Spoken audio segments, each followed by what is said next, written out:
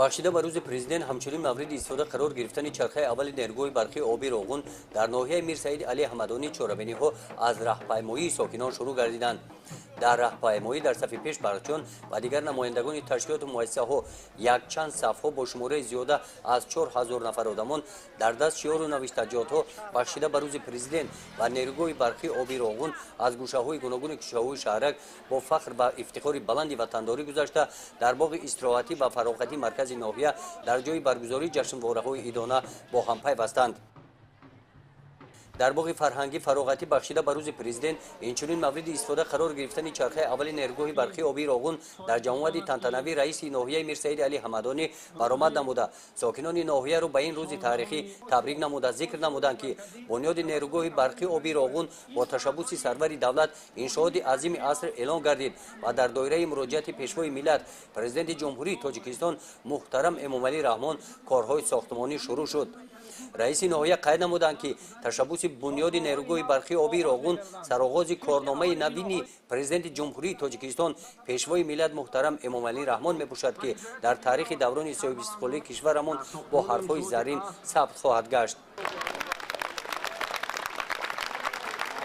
дар ҷамъовади тантанавӣ дар баромади намояндаи ҳукумати ҷумҳурии Тоҷикистон қайд гардид ки нерӯгоҳи барқи оби роғун дар силсилаи нерӯгоҳҳои дарёи Ваш ҳаштум буда лоиҳаи он аз ҳама пуриқтидортарин дар ин самт аст.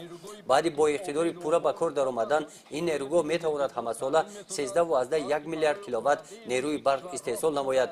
имсол агрегати якум бо иқтидори 400 мегаватт ба кор даромада дар оянда агрегатҳои дигар бунёд мешаванд. иқтидори энергетикии мазкур имкон медиҳад ки ҷумҳурии Тоҷикистон на танҳо худашро бо барқ таъмин гардонад, балки барои бунёди даҳҳо корхонаҳо асос гузорад. ҳамзамон ҷиҳати фурӯши барқ ба хориҷа замина фароҳам оварда мешавад.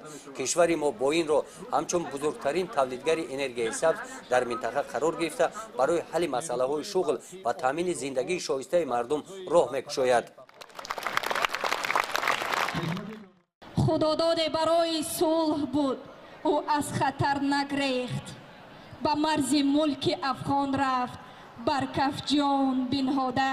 дар қисмати фарҳангии чорабинӣ бахшида ба рӯзи президент инчунин мавриди истифода қарор гирифтани нерӯгоҳи барқи оби роғун ҳунармандони филармонияи давлатӣ ба номи Одина Ҳошимов бо барномаи идонаи бадеии мусиқӣ баромад намуданд.